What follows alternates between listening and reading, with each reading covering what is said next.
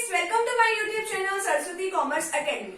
तो फ्रेंड्स, आज हम करने वाले हैं फाइनेंशियल कंपनी ऑफ अकाउंट्स की, यानी कि जो हमारे फोर्थ चैप्टर है फाइनेंशियल स्टेटमेंट्स ऑफ कंपनीज की। आज हम बैलेंस शीट करने वाले हैं। हमने अपनी पिछली वीडियो में इसके जो बैलेंस शीट है शेड्यूल थर्ड की जो पार्ट 1 में दी हुई है, उसके हमने फर्स्ट 2 पॉइंट्स कर लिए थे इक्विटी एंड लायबिलिटीज के। उसके अंदर हमने शेयर होल्डर फंड्स के बारे में सीखा था और एक रिजर्व एंड सरप्लस के बारे में सीखा था। आज हम अपनी इस वीडियो में इसके थर्ड पार्ट को कवर करने वाले हैं, जो क्या है, नॉन करंट लायबिलिटीज। ठीक है, तो नॉन करंट लायबिलिटीज क्या होता है आज हम ये सीखेंगे, और इसके आगे जो 4 हेड्स हैं, ठीक है, तो आज हम उसके बारे में सीखेंगे। तो फ्रेंड्स, अगर आप चैनल पर न्यू है तो चैनल को सब्सक्राइब कर दीजिए, वीडियो को लाइक कर दीजिए, बेल आइकन को प्रेस जरूर कर दीजिएगा, ताकि जब भी मैं अकाउंट से रिलेटेड आपके लिए वीडियो अपलोड करूं तो आपको फटाफट से उसका नोटिफिकेशन मिल जाए। तो अब हम बात करें इस बैलेंस शीट की, तो बैलेंस शीट जो होती है उसका परफॉर्मा देख लीजिए किस तरीके से बनाया जाता है। फॉर्म ऑफ बैलेंस शीट जो है शेड्यूल थर्ड के पार्ट फर्स्ट में आपको दिखाई देगी। इसके अंदर आपको जब भी आप बैलेंस शीट प्रिपेयर करोगे तो कंपनी का नाम, ठीक है, फिर बैलेंस शीट एज एड। तो एज एड हमने क्यों लिखा है यहाँ पे, क्योंकि हम एक पर्टिकुलर टाइम पे ये जो बैलेंस शीट है वो प्रिपेयर करेंगे। अब देखिए, पहले तो आप हॉरिजॉन्टल फॉर्मेट के अंदर बैलेंस शीट प्रिपेयर करते थे। अब आपका जो फॉर्मेट है वो क्या है, वर्टिकल। पहले आपको ऊपर सारी लायबिलिटीज लिखनी पड़ती है और नीचे सारी असेट्स लिखनी पड़ती है। तो अभी हम इसका थर्ड पार्ट करने वाले हैं, नॉन करंट लायबिलिटीज। ठीक है, तो पर्टिकुलर्स लिखते हैं, नोट नंबर लिखते हैं, फिगर्स लिखते हैं करंट पीरियड से जितने भी रिलेटेड है, और प्रीवियस पीरियड से रिलेटेड कितने फिगर्स है, यानी कि कितने अमाउंट्स है, हम वो लिखते हैं। तो फर्स्ट हम बात करें नॉन करंट लायबिलिटीज की। तो नॉन करंट लायबिलिटीज क्या होती है? लायबिलिटीज तो देखो वो होती है कि जिनको हमें पे करना होता है। तो नॉन करंट का मतलब क्या होता है कि जिनको भी 12 महीने तो हमें पे नहीं करना, 12 महीने के बाद जो लायबिलिटीज हमें पे करनी है उसको क्या बोलते हैं, नॉन करंट लायबिलिटीज। तो नॉन करंट लायबिलिटी का तो मतलब इतना सही है। फिर आगे इसके 4 हेड्स आते हैं। फर्स्ट है लॉन्ग टर्म बोरोइंग्स। तो लॉन्ग टर्म बोरोइंग्स कौन सा होता है, यानी कि जिससे हम लंबे टाइम पीरियड तक के लिए अगर कोई लोन ले लेते हैं तो उसको हम इस हेड के अंदर शामिल करते हैं। बोरो का मतलब क्या होता है कि उधार ले लेते हैं। अब देखिए, अब जो बातें जो होती है इसके अंदर कि कौन से उसको लेते हैं, टोटल अमाउंट को, ये जो काम है हम नोट्स टू अकाउंट्स में करते हैं। तो ये नोट्स टू अकाउंट है, ये प्रीवियस पीरियड का नहीं है, ये नोट्स टू अकाउंट्स है। लॉन्ग टर्म बोरोइंग्स कौन से होते हैं, जो आप लंबे टाइम पीरियड के लिए पैसे उधार पे ले लेते हो। ठीक है, और यानी कि अभी आपको 12 महीने तक, तो नॉन करंट लायबिलिटीज में जितना भी आएगा आपको 12 महीने तक उसकी कोई पेमेंट नहीं करनी है, ड्यू आफ्टर 12 मंथ्स है। जैसे कि आपने कोई डिबेंचर्स ले लिए, डिबेंचर्स आप काफी टाइम पीरियड के लिए ले लेते हो, बॉन्ड्स ले लिए या बैंक से कोई लोन ले लिया, तो इसके अंदर इस कैटेगरी वालों को इंक्लूड करते हैं हम लॉन्ग टर्म बोरोइंग्स में।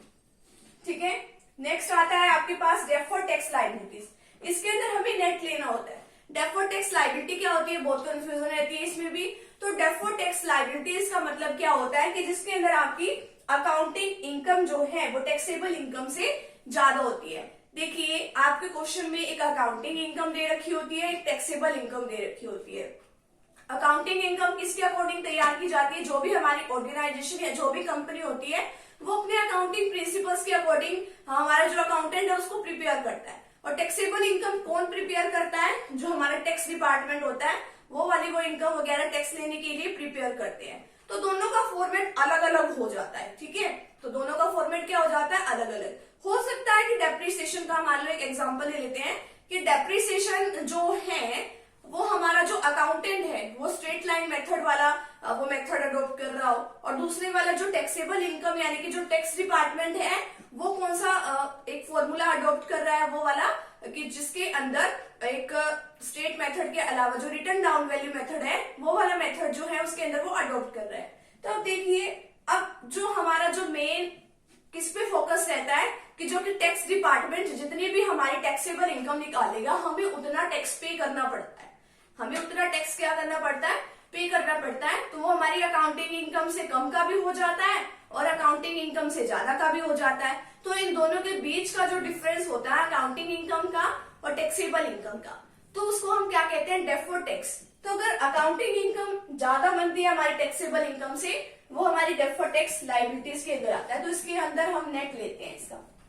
नेक्स्ट 3 पॉइंट है अदर लॉन्ग टर्म लायबिलिटीज, जिनको हम लॉन्ग टर्म लायबिलिटीज में, इसमें बोरोइंग्स वाले में इंक्लूड नहीं करते, उसको हम इसमें इंक्लूड कर देते हैं। इसके अंदर क्या आएगा, premium payable on redemption of debentures. इसके अंदर हमने डिबेंचर्स को लिया था, इसके अंदर क्या है कि जो प्रीमियम पे किया जा रहा है डिबेंचर्स के ऊपर या फिर प्रीमियम पे किया जा रहा है रिडम्पशन ऑफ प्रेफरेंस शेयर्स के ऊपर। ठीक है, इसके अंदर वो वाला लेते हैं।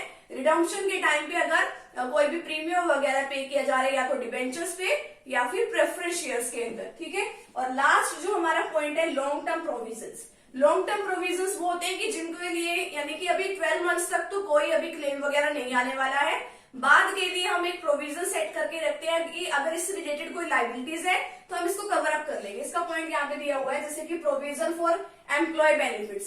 एम्प्लॉय के बेनिफिट्स के लिए कि हमें उसको फ्यूचर में कुछ ना कुछ देना है तो उसके लिए हम पहले से तैयार करके रखते हैं। मान लो उसको ग्रेजुएटी वगैरह देनी है तो वो काफी सालों के बाद उसको दिए जाते हैं। कोई गिफ्ट देना है या कोई और किसी तरीके का खर्चा उसका उठाना है तो हम उसके लिए पहले ही एक प्रोविजन सेट करके रखते हैं कि अभी 12 महीनों तक हमें कुछ नहीं देना, 12 महीनों के बाद की बात है।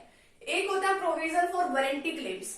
जैसे कि अगर कोई भी जो सेलर वगैरह होते हैं वो अपनी गुड्स वगैरह को सेल करते हैं तो उसके साथ में वो क्या देते हैं, उससे रिलेटेड वारंटी कार्ड देते हैं कि अगर आपको इतने सालों के बाद अगर आपके गुड्स में कोई प्रॉब्लम हो जाती है तो आप यहाँ पे आके इसको ठीक करा सकते हैं।